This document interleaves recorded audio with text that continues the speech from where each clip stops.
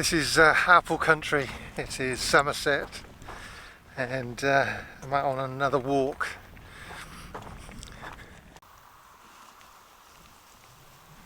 The thumbnail almost definitely says Sacred Spring on it, and even if it doesn't, even if it isn't, let's examine the evidence that we see today.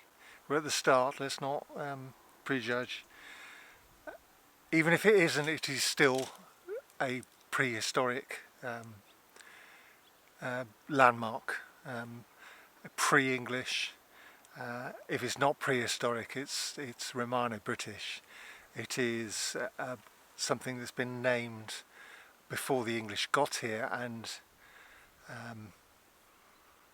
the English recorded it. So anyway, I said to him, and you're not going to believe this, I said to him, Vicar, she's a young lady, you know what the Bible has to say about this sort of thing, and do you know what he said to me? Well, no, I wasn't going to be that rude. I mean, he is after all a man of the cloth. Yeah, I know.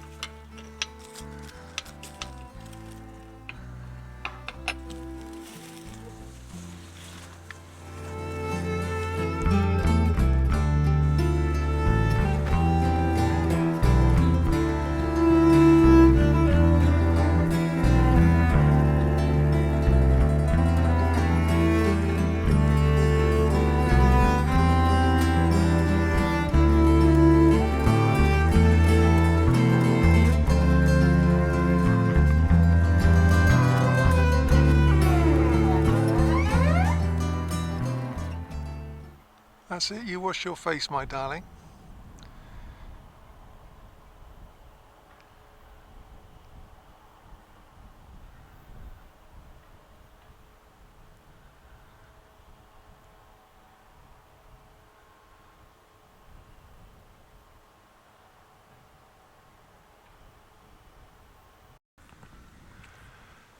I love hares, beautiful beasts. The hare has led me astray and taken me off the path I wanted to take, but as if by design or just randomness, it's led me to Court Barn. You see that? And it's got Gothic script on the map. I shall try and do an estimate of date from here. I'd say 15th century, but let's go and have a look.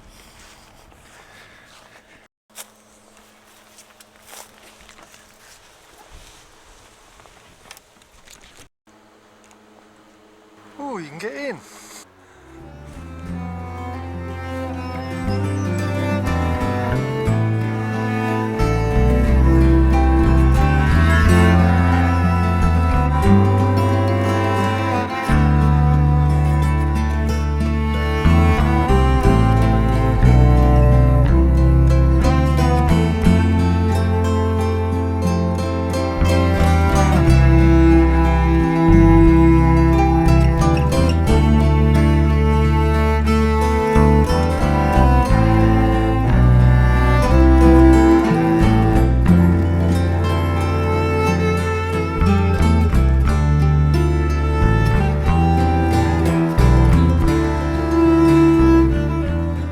By that lintel piece there, I think it is 15th going on 16th century. Yeah, I always feel like a clever dick when I make those estimates. I'm basing it on a lifetime of study and my years at college doing art history. Architecture is part of that. Except I won't be feeling like a clever dick when I get home and look it up on Wikipedia. But anyway, let's see.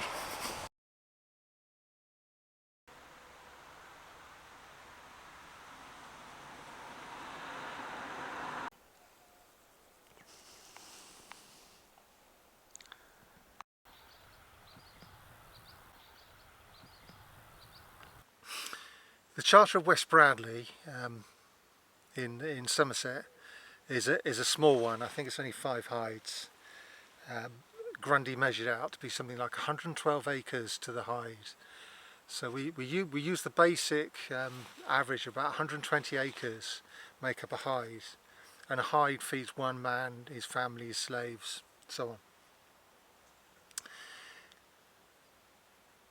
There's another, I think it's East Pennard, I think it is, yes, East Pennard has a hide of 152 acres, so it is variable. We use as a rule of thumb 120. So anyway, it goes to, it's not quite Old English, it's probably early Middle English. It's got some interesting stuff in it. So it says, Erest on Nymede of Widres Wedes Forad.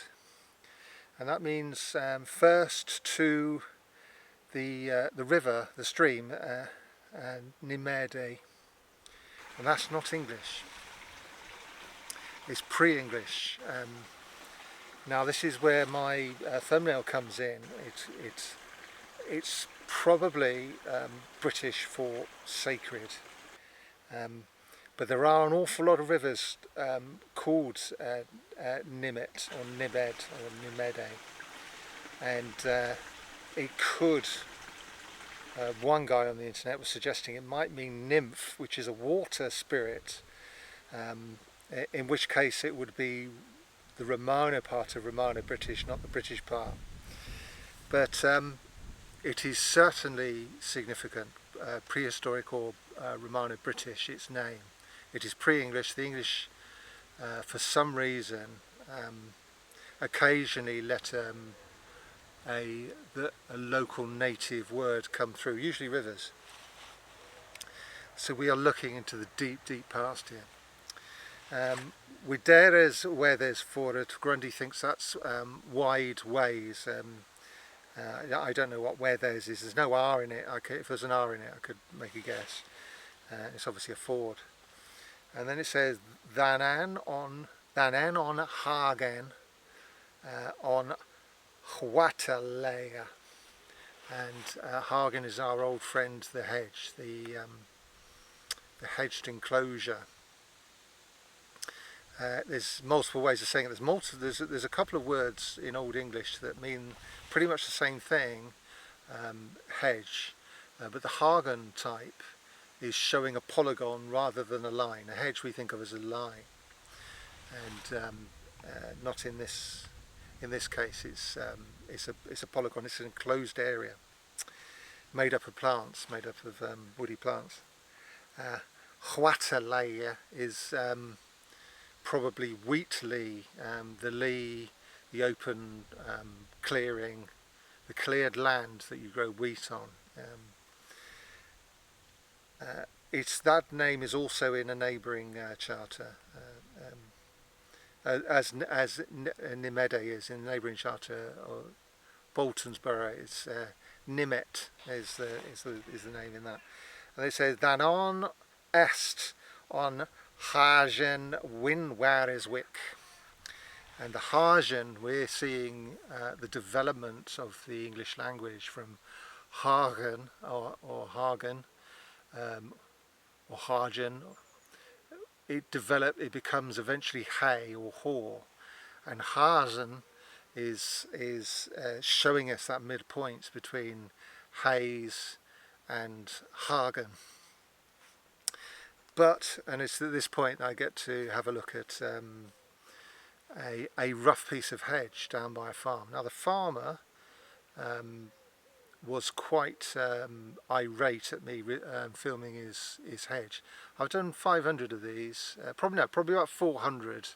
The rest were gardening videos, and I'd say only 4 or 5 farmers have been unpleasant. I mean, he wasn't too bad. He was threatening to sue me and various other things. Threatening to seize my footage and use it for himself and all this sort of nonsense. It only takes 1 or 2 to ruin the reputation of everybody else, so you may remembered I've been pro-farmer, I'm anti-right to roam. But I tell you what, if I was asked half an hour ago to vote on it, I would have, I would have chosen right to roam. So we have ash, we have elder, that's 2. Got hawthorn, there's a crab apple, that's 4. I don't know what it is, but it's 5. Could it be berberis? It's spiked. The oak, 6. The sloe, 7. I've run out of fingers. The maple, 8.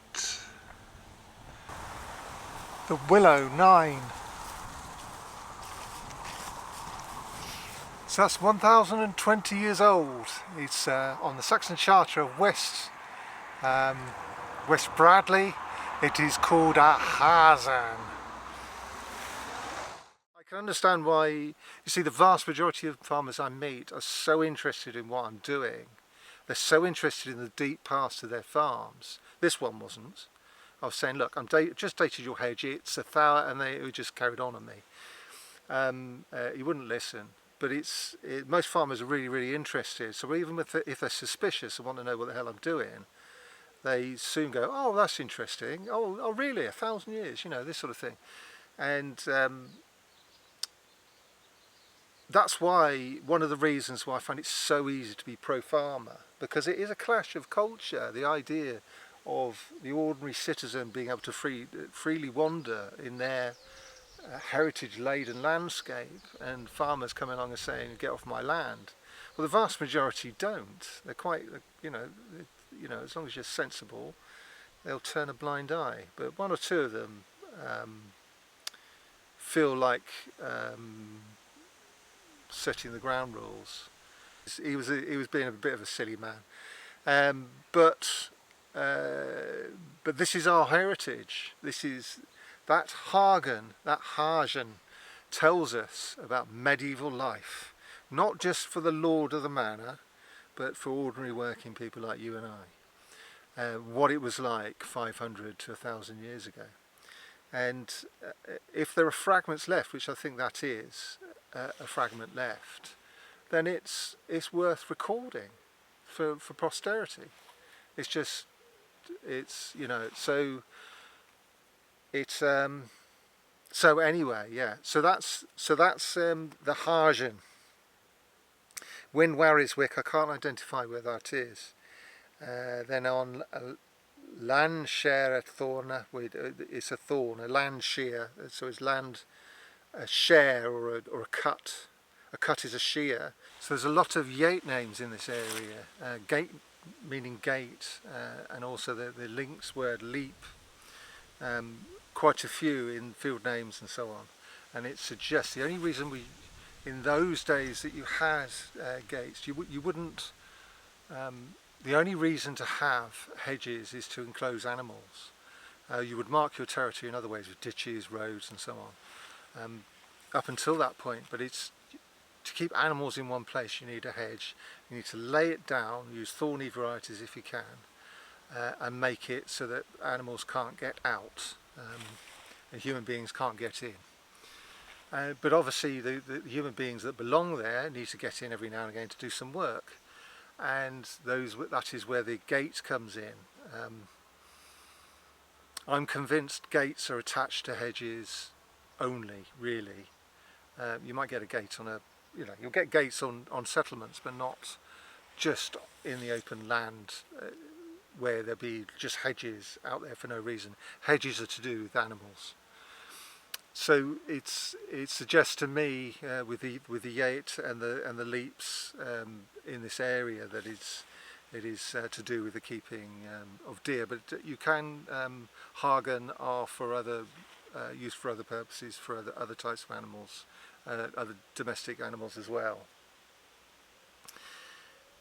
It's also loads of woodland names, southwood, northwood, Pennard, all sorts of woods in this area.